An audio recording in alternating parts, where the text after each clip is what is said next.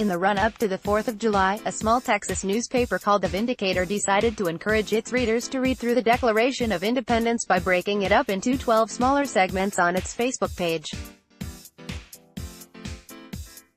However, Facebook's automated system for detecting hate speech was apparently triggered by one section and removed it from The Vindicator. The first 9 parts posted as scheduled, but Part 10, consisting of paragraphs 27 to 31 of the Declaration, did not appear. Instead, The Vindicator received a notice from Facebook saying that the post goes against our standards on hate speech. Here's the actual post, which Facebook has since restored. The Vindicator again this year challenges readers to read through the Declaration of Independence. This year we offer it to readers here in small bites, one a day until July 4th. Part 10, continuing the colonists' complaints about King George III, he has abdicated government here, by declaring us out of his protection and waging war against us. He has plundered our seas, ravaged our coasts, burnt our towns, and destroyed the lives of our people. He is at this time transporting large armies of foreign mercenaries to complete the works of death, desolation and tyranny, already begun with circumstances of cruelty.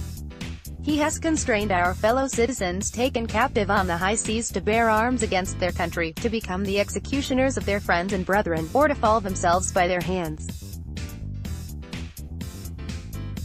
He has excited domestic insurrections amongst us, and has endeavored to bring on the inhabitants of our frontiers, the merciless Indian savages, whose known rule of warfare is an undistinguished destruction of all ages, sexes and conditions.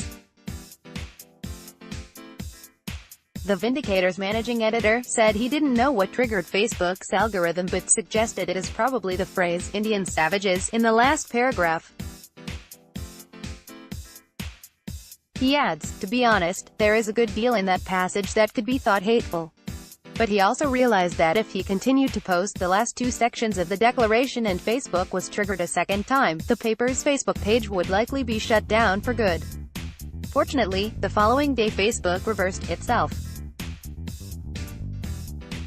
An update on the Vindicator story says they received a message from the company which read, "It looks like we made a mistake and removed something you posted on Facebook that didn't go against our community standards. We want to apologize and let you know that we've restored your content and removed any blocks on your account related to this incorrect action."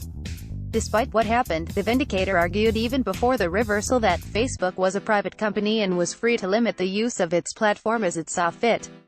The Vindicator is using Facebook for free, so the newspaper has little grounds for complaint other than the silliness of it, the editor wrote.